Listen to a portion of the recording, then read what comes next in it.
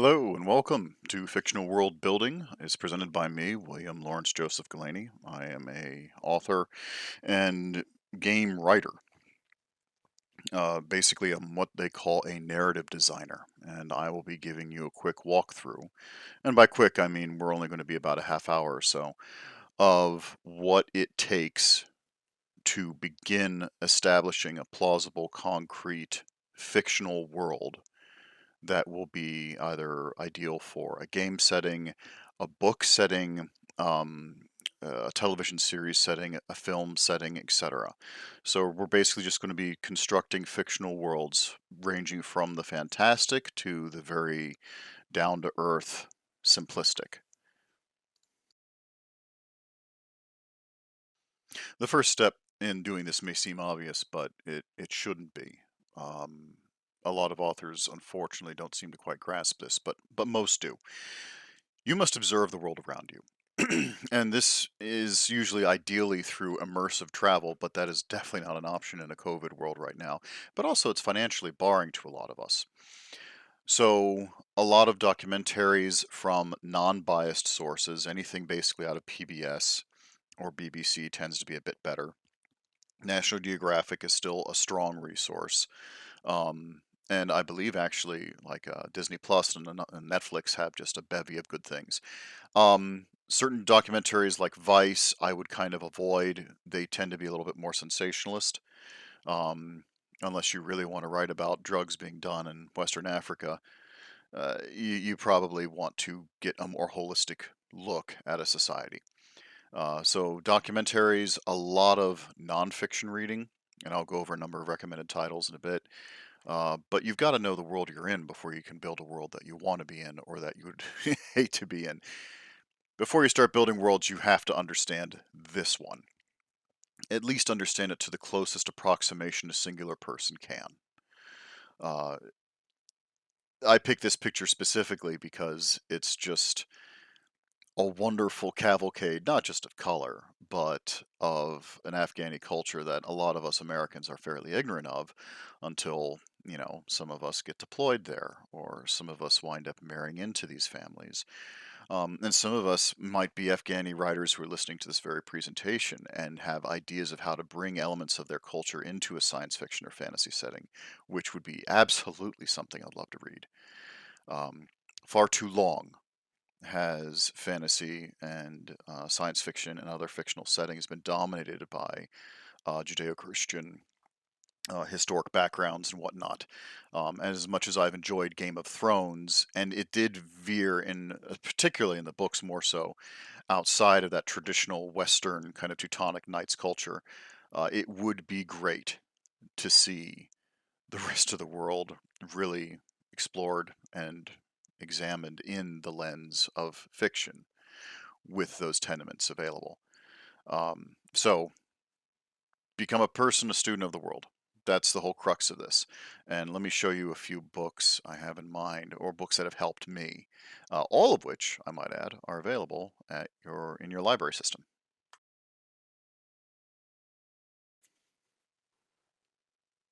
Good, it works. I'm going to run through a bunch of books that are just examples of what helped me as far as world building goes. Also, particular attitude you must always have forefront in your mind, and I'm actually wearing a shirt that helps me remember it. I have no idea what I'm doing.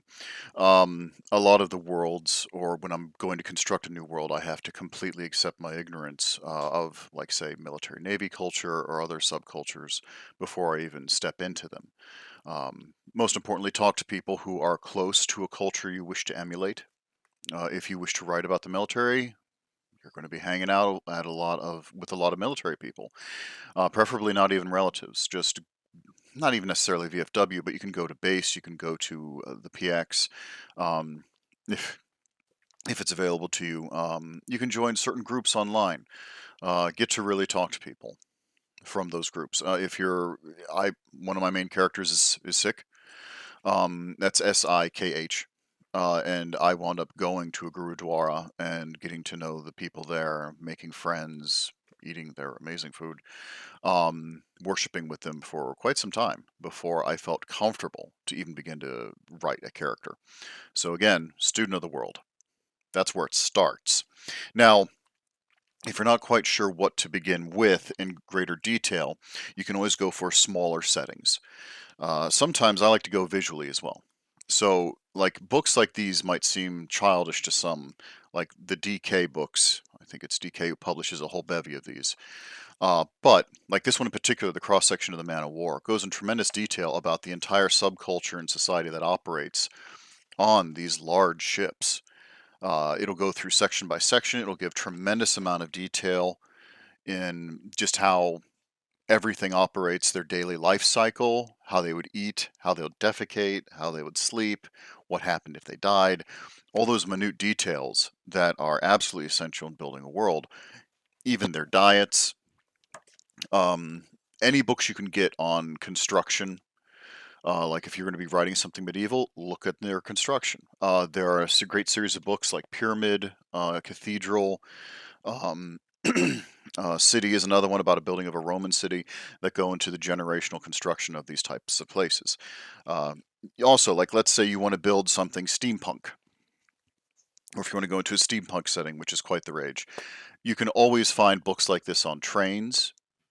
And even though the steampunk setting is essentially fantasy because they don't generate enough power to overcome the weight with which they produce, you can still get a lot of very good ideas to at least bring that fantasy element as close to being as plausible as possible, so it still feels concrete and engaging. The audience will allow you to typically make one or two large leaps in physics or reality, but any more than that, and you're deep in fantasy setting, the audience won't be able to predict some of the rules within that setting, and that might alienate them. So let's say you're done with the visual aspects, etc. First off, you're going to need to know, in general, modern philosophy. Philosophy is, a lot of ways, a socio-economic engineering mechanism. You got to know from Hume to Marx to everything, just a general idea. You don't have to memorize anything. But you need to know the different schools of thoughts, but more importantly, need to know why they emerged. You need to know why Karl Marx became a big deal when he did. You need to know why Hume was railed against, or why Kierkegaard sounds so self-indulgent to us today, but back then he was much more humanist. Um, First-hand personal accounts of societies, great reads. Um, you can find pretty much every single, in English, since English is the largest second language spoken on earth, you can find nearly any first person account of any subculture or any foreign culture in English. So there's absolutely no excuse. If you want to write about the Malaysians, find a book in English by someone from Malaysia. You can do it. And it doesn't necessarily have to be from this decade, but if it is from, like, say, the 50s or the 40s, make sure you take that into account as well. Good old-fashioned fun, Atlas Obscura. If you're ever looking to write about something, like my son interrupting, if you ever want to look into writing about something like a haunted area or peculiar structure, like Pet Cemetery is a great example. Atlas Obscura has a number of published books with all kinds of peculiarities from, biome to biome, from, nation to nation, even from state to state in the US, that you might be able to drive to a few of them. But there's some really peculiar and interesting stuff you can locate. Again, all of this, Atlas Obscura, be its publication digitally or physically, are available at your library. Also, if you ever want to go deep into a culture, get a book on the culture. This is particularly excellent. It's written by a man in Yemen. But, this goes into the history of, God, the emergence of the tribes from 8,000 years ago, all the way up to World War I and the effects of post-World War I that we feel today all throughout the peninsula. So you want to definitely saturate yourself. If there's one thing you're going to take away from all of this, is you will be reading until you die. You are going to be reading forever if you're going to be a writer. Very important.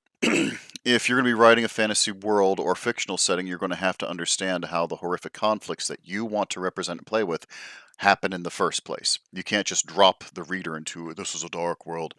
It needs to have its entire history. Even if you don't reveal that history to the reader, that's fine. But the history has to be there. So you need to read about how worlds have fallen apart. This is an excellent read. There's another one about, by the same author, about Charles de Gaulle, but I have not read it because I'm lazy. I haven't gotten to it yet. But there's also another excellent book if you ever want to read about a city's transformation over 4 years while under siege, called The 900 Days. Um, I didn't have enough arm room to carry that one out here.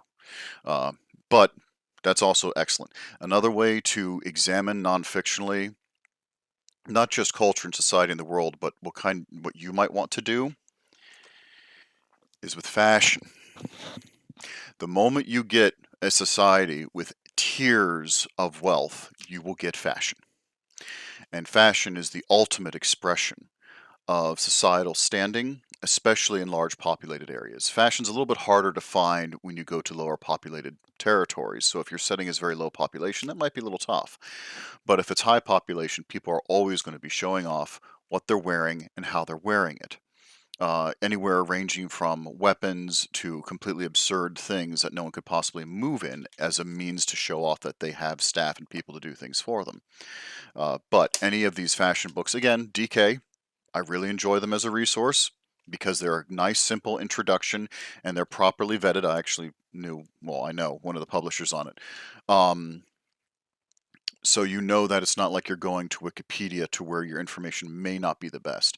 Speaking of which, Wikipedia is a fun, quick, and easy source, but the best thing to get out of Wikipedia is to scroll to the bottom and see all the resources down there.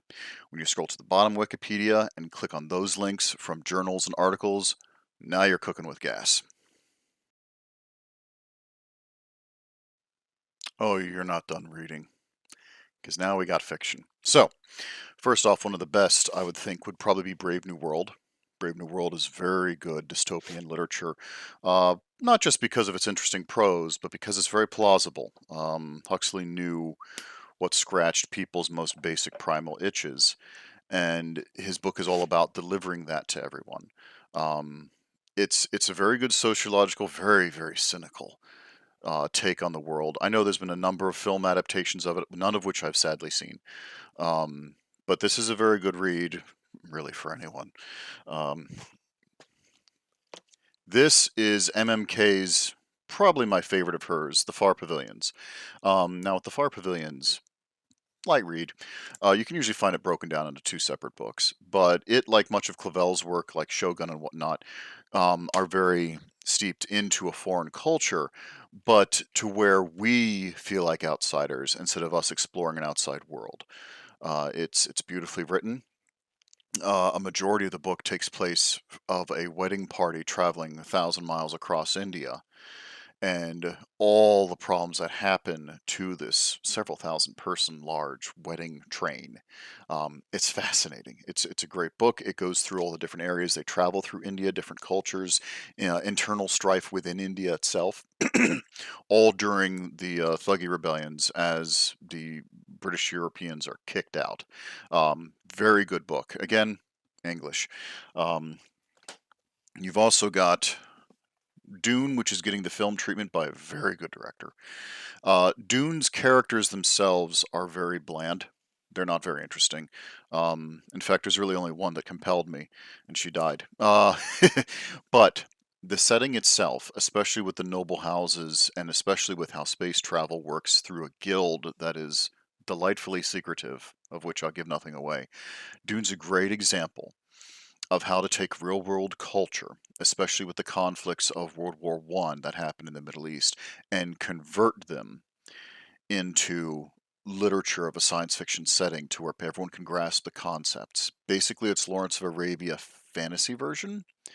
Um, well, you could say it's more sci-fi. It's very much more sci-fi, um, but still very, very, very good.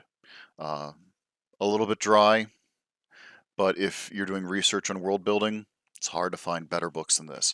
I know a lot of people would also go to Lord of the Rings, which is good, but Lord of the Rings is missing a few vital components to an actualized world, namely women. Um, Umberto Eco's The Name of the Rose, phenomenal. If you want to consider building a world that's small and tight and trapped and compact, excellent. Also, a monosexual world, all men. Very interesting how men interact with each other when they have no longer either the audience or the influence of women. It's Wonderful book. Wonderful, wonderful book. Name of the Rose is my wife threw it at me a few years ago, and it's probably become my absolute favorite. Um, Another great one called The Forever War by Joe Hadelman. This takes into account realistic science fiction space travel. So basically, the long and short of it is this war lasts thousands of years because it takes 900 years to get there. By the time they get there, the entire war has changed.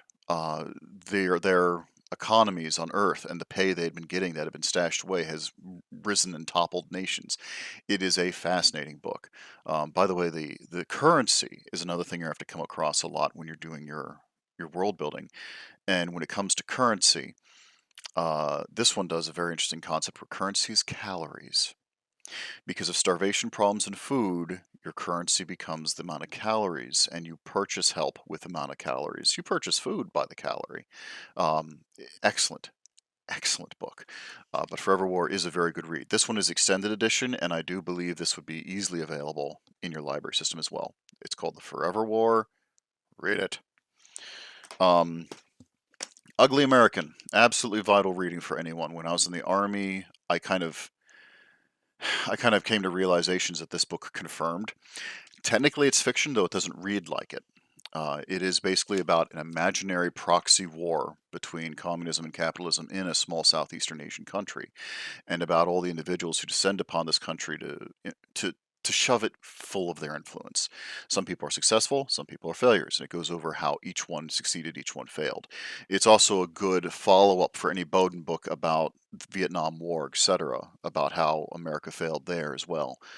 It is an excellent read. The Ugly American is one of those books that every Secretary of State had better read, or else they shouldn't have the job. Let alone every American would be better off having read it. It's not disparaging towards America. It's just accurate.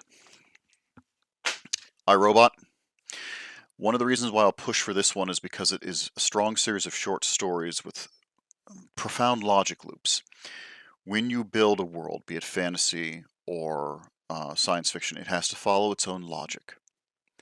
And iRobot does that to such an infinite degree that it's engaging and delightful. Almost every single story reads almost like a cautionary tale from Aesop, except instead of a fox, it's a robot, and it's just following the orders it was told. While the movie is certainly entertaining and carries over some of the themes, the book is far superior, and it kind of gives me the idea that this could never really be a feature-length film. It could only be like a short mini-series or something. iRobot also, I would say, is excellent, vital reading, even if you're not a sci-fi fan. Wonderful. Um, Razor's Edge.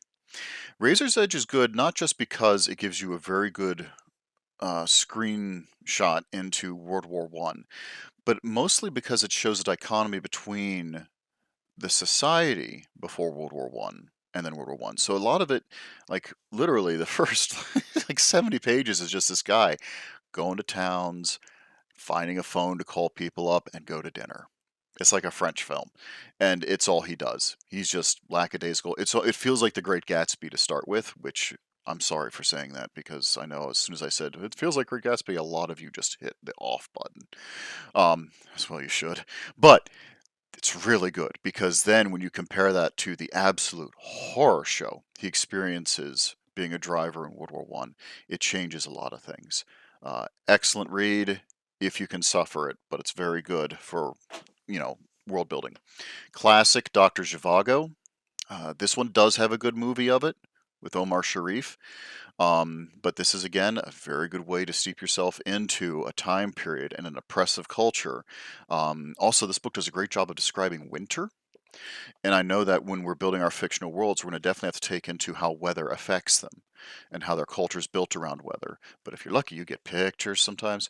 But how the Russian winter impacts just the conflicts that people's attitudes and daily lives, the cycle of crushing depression and pretty much facing down death every year in some of these towns is really excellent. Um, Something more recent. A friend of mine threw this at me. I typically don't do YA or middle grade, but since YA and middle grade is the most profitable sector for book sales, it attracts the best writers. So you will find a lot of magnificent writers who will write excellent work, be it science fiction or fantasy, that is very well thought out prior. And Brandon Sanderson did a very good job in applying both realistic physics and an excellent setting of a planet that has a series of bulwarks around it floating in its upper atmosphere. And while it's sort of a cliffhanger because we don't know the motivations of the enemy entirely, just partly, it's still very good and compelling with a slight hint of cosmic horror underneath it, a little bit Cthulhu going on. So I still think it's science fiction, at least the first book is, but I don't know if it veers into other territories. But this is an excellent, easy read. And the best part is it's told through the lens, first person, of a relatable character. Now, why it does best in first person, partly because it's easiest to read but easiest to write, and it's a good way to dodge a lot of narrative hiccups and problems you get in third person. But it's still compelling, and it really drives home the character. So this has a very good character, which is always the vehicle you want to deliver your story. But this is definitely going to be at your library. But that's it for fiction. But not necessarily it for games. So another type of reading resource you might be able to find is tabletop role-playing games where you bust out the dice and you and friends have pizza and nachos and you play for about 5 hours while ignoring your kids. So tabletop role-playing games like this, like Dungeons and Dragons or Pathfinder, any of the White Wolf games, this is partly what I do. So I write books like these for a living. Like I didn't write this one. This one's Monty Cook. I wrote this one and others that are published online. But with Numenera, I like to point it out because the world setting in this takes place about 9 civilizations in the future, about 1 billion years. And it's bizarre mishmash of technology so advanced and refined to the point well beyond what we consider magic now is very entertaining because no one knows what their own technology does anymore. And it creates a lot of delightful conflicts. Um, Really interesting setting. So as you read through it, it'll give you maps, it'll give you machinery, it'll give you all kinds of little, fables of this certain culture, of this certain tale. I will actually be showing you some art in a little bit from one of their artists, a friend of mine named Bruce. But a lot of this, yeah, you like that name dropping? Wait till you see Bruce's stuff, though. You drop his name too. But a lot of these game books, if you can't find them at the library, I would recommend procuring them at a used bookstore, maybe like I don't know. There's a big one in Manassas, or like Second and Charles. You can usually pick these up, and some people just buy them to read them, not even play the game. Might be worth you looking at. Again, even if you're doing science fiction, or you're not necessarily looking to reproduce something like fables or whatnot, folklore is vital because it gives you an insight to the way people look at things. Even in like a science fiction, fantastic alien race, it's not difficult to assume that they would have their own parables and folklore to perpetuate. Star Trek Next Generation did this really well by everyone speaking in metaphor, if you remember that episode. But books like this, folklore, tales of the world, will what a society does. When a society talks the most around a fireplace about a topic, clearly the topic is vital to them. Native American cultures, many of those nations very much were focused on sex, so most of their folklore is about sex. When we look at like the Greeks and the Romans, it's about the unfairness of the world around them and betrayals, so you can see how their political environment lent to that heavily. But here's a particularly good book, Favorite Folk Tales from Around the World, by Jane Yolen. Wonderful read.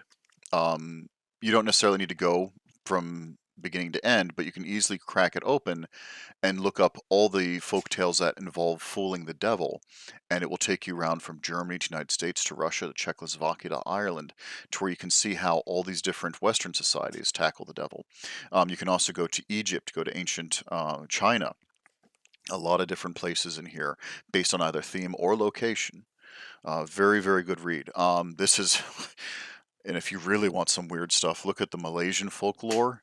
Yikes. Malaysians have some crazy stuff.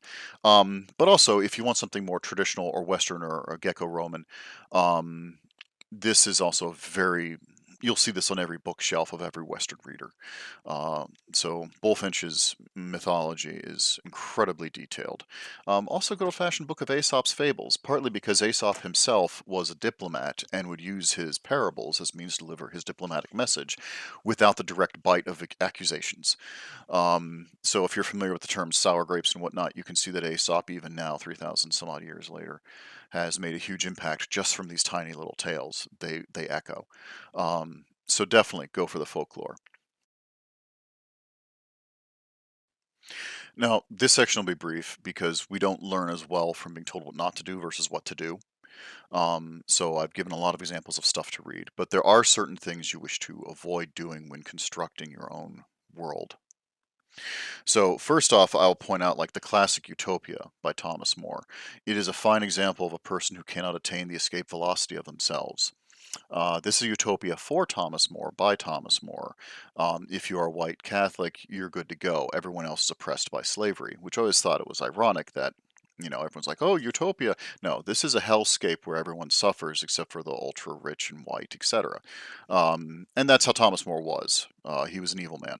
And of course, I say this not as a matter of opinion, it's because I've read his personal journals, etc. And it's interesting that he has been branded differently for whatever reason. But just by reading this book alone, you can clearly see his ideals. He esteems slavery and definitely does not think that people are created equal, etc. Bloodlines matter most, and he has no judicial system within Utopia. People are just inherently better because they can be trusted. That's it, because whatever. But it's a fascinating example of probably one of the worst constructed fictional worlds imaginable. But because it was one of the absolute first and gained traction and pushed ever so slightly into a humanist direction, it wound up becoming a huge milestone. So it's a vital piece of literature in the enormous lexicon that is world building. But you go into it either with your eyes opened or you go into it quickly realizing you don't want to write this, because if you write a place that's perfect for one group of people while building it on the backs of others, make sure you know you're doing it. Thomas More unironically built a hellscape. He didn't realize he could not escape himself. He brought himself into it and made a world for himself by himself. Huge mistake. So you need a theory of mind when you produce a world. Other people do exist. Another one that did it wrong is more recent. It's called Arc Right by Alan Steele. And again, it's not good for me to rag on authors, but I'm going to rag on books. Um, this is an interesting concept, fascinating idea, where it follows multi-generations um, trying to get a ship, a seed ship, to a nearby star system for us to colonize it. All the concepts are there. The problem is the concept was far too ambitious for a book so small. And to streamline it and make it go by fast because the author was impatient, they took out any interpersonal conflicts. They were just running for the deadline. So this is a book where it's a world without any story. There's no serious conflict. There's no real story. None of the characters are interesting or compelling. It's an exercise in this is a good first pass. Where's the story? So if you're going to be building a setting, that's great. If you're going to be building a distinct world, wonderful. But you'd better have a story. Star Wars was nothing if not for Luke's hero quest. Harry Potter was nothing if not for his quest. So if you do not have a compelling anchored central conflict, no one's going to be getting in there just for your story. And if you do something like Rama by Arthur C. Clarke, which is an interesting exploration of a vessel where there isn't really an overt conflict, you got to get in there and get out. And that's what Rama does. It's a brief thing. Notice, like, almost no one's read the sequels because Rama did such a good job of scratching the itch. We didn't necessarily feel compelled to return to Rama or go back to Rama, etc. Sometimes the sequels are just grabs or just ideas that were left on the floor from the first pass of the first version of the book that wound up getting jumbled together into a mishmash of a sequel instead of, supplementary short stories, etc. So, again, you have to attain the escape velocity of yourself, which is what Thomas More did not do. And you have to have a compelling conflict and character, which sadly is what Arkwright did not do. Now, you've suffered my face long enough, so I'm going to show you different pieces of art because for me, definitely being inspired by artistic works and such is a big push for my world generation. This is an original piece of art commissioned for one of the worlds I built. Basically, I constructed a fantasy steampunk version of Dante's Inferno. So it takes place during World War One. A lot of technology from Earth has bled down into the city of New Dis, and here we have a mishmash of cultures and peoples all populating it. Yes, I know the conflict of having a pseudo-Catholic afterlife where, Buddhists live occurs, but that's actually addressed in the narrative, mostly because I couldn't think of any other ideas. Um, but the artwork itself, it was important to me that when I commissioned Bruce Bernisi, a wonderful gentleman. I'll be sure to link his stuff later. Um, you will see that he took into account not just technology but also the architecture. He said that if this place has been around for thousands of years, real estate's going to be a premium. So you can see the buildings are dangling off the sides of those cliffs. That air zeppelins and docks, and you even have like little bits of Macedonian artwork and ancient Babylonian trappings mixed into that pagoda and other things. Um, so make sure that when you do construct that, construct your world, take into account the amount of time that has passed. No world is static. Worlds are always evolving, changing rapidly, rising and falling. So make sure that's represented in the ruins in the periphery of your world, as well as the new skyscrapers, etc. Um, the passage of time is always important. Now, the city from the prior image went through a series of changes. So here you have a more traditional kind of side view of New Dis, or at least of Dante's Inferno. And this first iteration of the map was more of a sketch just showing off, what the different tiers and levels would be. And as the characters progress down into the pit at the bottom of Cocytus to rescue one of their sons, it goes into, the different areas they travel through. And this was important for me to put in the beginning of the book so that the reader could easily be like, oh, okay, I know where they are now. They're over with the hoarders and deniers. And they can flip through the pages and go to the front and see where they're at. A lot of books with detailed worlds, especially with geography, will have maps in the front. Um, you're familiar with Lord of the Rings. It has some amazing maps that smell really good. So maps are something that the reader enjoys, that you enjoy. They do cost money. Printing them costs money. Printing them in color costs lots of money. So make sure you understand that when you're going forward, what you want in a map. Now, the first iteration of this map I actually drew, and I cannot find it, thankfully, because it was awful because I have stick figure drawing. So you yourself, even though you're writing in a mean with just good old-fashioned words, you're going to be doing a lot of diagrams and pictures for the sake of your own mind to describe them.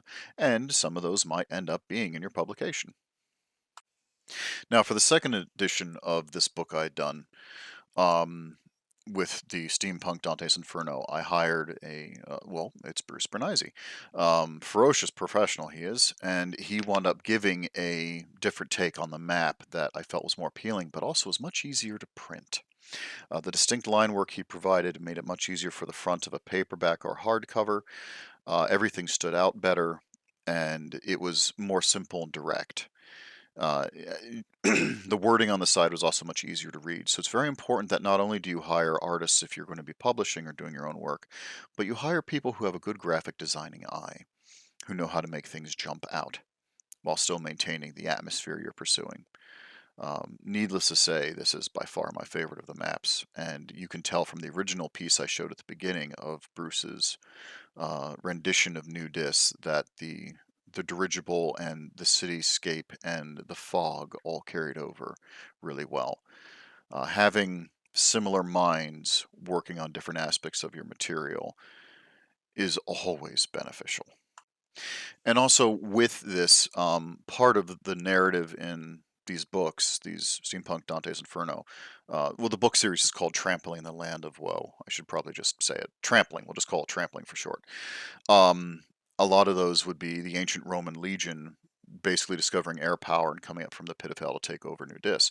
So I wound up having to have a concept artist show me what that would look like. I gave brief descriptions, but once we had something more concrete, it rapidly evolved into not just a strong design, but also good for cover art. And whereas with Trampling Land of Woe is based off of a previous written work, Dante's Divine Comedy, this current one is a book of mine, Withered Zion, that is America but shifted into an alternate universe kind of America where it's a Christian theocracy. And it's about all the people in it, be they Christian, be they preachers, be they whomever, and how they survive, navigate this world, and suffer because, of course, any theocracy is evil. But the prevalence of religion in their lives versus the prevalence of religion in their society, and how those things can often conflict, is the main focus of this. So not only did I have strong, pervasive world building, I also had to make sure that the reader understood how it impacted individual lives as well as socioeconomic lives. For instance, Mormons are persecuted in this society because they're considered perverse Christians. Um, in this society, you don't have the police, you have the civil seraphim. So things of that nature I shifted to fit the setting, but also always reinforce its darker nature. Additionally, don't forget small things like, your flora and your fauna. Is the atmosphere of your planet different? Is there something odd about it that winds up generating peculiar organisms? How do they survive? Do they have a social structure? Do they have a culture of their own? Things of that nature. Make sure that each of the small creatures has a story. Don't just, I mean, you can, of course, pull like, oh, it's a squirrel. Yeah, well, it's a squirrel in this fantasy realm, but you can experiment a bit. You can go out on a limb and create something a little bit more fantastic that works in that setting, but just make sure it works in that setting. Don't have balloon creatures just floating around for no reason. Make sure that the reader understands that they have some type of ballast of helium or some type of air pressure in them. Let the reader believe those things evolved and exist for a reason within the biome. So apply all that third grade science as best you can.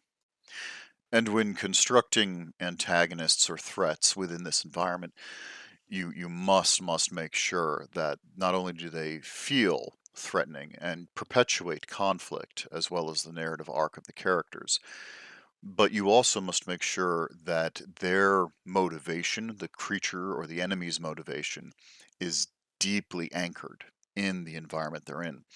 So it makes sense that Voldemort attended the school. It makes sense that Darth Vader is Luke's dad. That personal anchoring in those societies. I mean, if the main bad guy in Star Wars wasn't a Force user, that would have been incredibly boring. But because it's basically people utilizing the same connection, the same philosophical tool, one doing the inversion of the other, the yin and yang aspect, we now not only have an interesting interpersonal conflict for the narrative, but we've also got an interesting conflict for the entire setting that now echoes and leaves a lot of room open for, well, where else does this exist? Case in point, The Mandalorian and other Star Wars franchise spin-offs, etc. So just make sure that whatever the big bad monster is or the main threat is in your setting, that it exists because of your setting.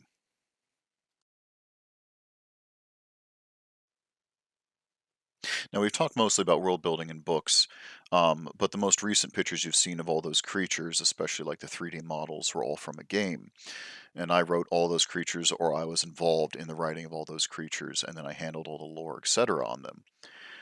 But when it comes to the future of narration, I know it might sound blasphemous, but it really is gaming.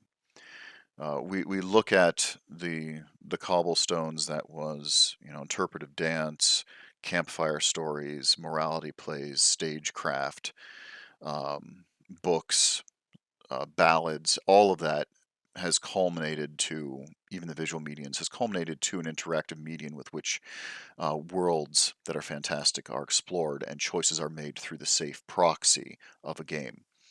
And gaming is a great source for storytelling. Now, this picture here is another work of Bruce Bernisi he did for Numenera, a tabletop game system, that even just looking at the picture, you can already start to piece together a story. Now, whenever Bruce sets out to do art, he always has a story kind of in mind, and he very much reflects that in all of his work, which is why this piece got into Spectrum. If you're not familiar with Spectrum, if you're a fantasy or science fiction artist, you want to be in Spectrum. It's pretty much the Golden Globes of art. Some of the other pieces and games you will see here. I've got another great setting is called Pillars of Eternity. It's your very much traditional fantasy tropes, but it's so well done from different societies, different people who address how magic should be used or regulated. Haves and have-nots, international companies that operate like the British Trading Tea Company, which of course the name I've murdered. I'm sorry, but it echoes a lot of real world conflicts and operations of colonialism through the lens of a fantasy setting where you, as the player, make multitude of decisions that impact entire villages, let alone just your characters. But Pillars of Eternity is probably the best I have ever seen as far as narrative design goes for your traditional fantasy setting. And there's two games, and they're both equally phenomenal. You've also got one of my favorites, Grim Fandango, which takes place almost exclusively in the Mexican afterlife. This came out maybe 20 years before Pixar's wonderful little film. But Grim Fandango is wonderful. It introduces you to very concrete rules, and then it continues to play with those rules throughout the narrative in a very interesting, creative, engaging manner. Um, it's so easy to maneuver. It's if you're like, well, I don't play games. If you can point and click, you can play Grim Fandango. Voice acting, everything top notch. You will see why I'm pushing for games to be considered the future of narrative when you play something like that. Um, there are other great games as well. Another one that stands out is Mass Effect. Mass Effect is a love letter to 1950s and 1960s science fiction. It doesn't entirely rip them off, but it plays such a strong homage, it's hard to tell them apart. You'll be playing it and you'll be like, oh, there's Rama. Oh, there's, Ready Player One. And you'll just keep going through it and discovering all the written works that you've read, the people who made Mass Effect read as well, and they merge them together into a very threatening society with an overlooming threat that persists through three different games.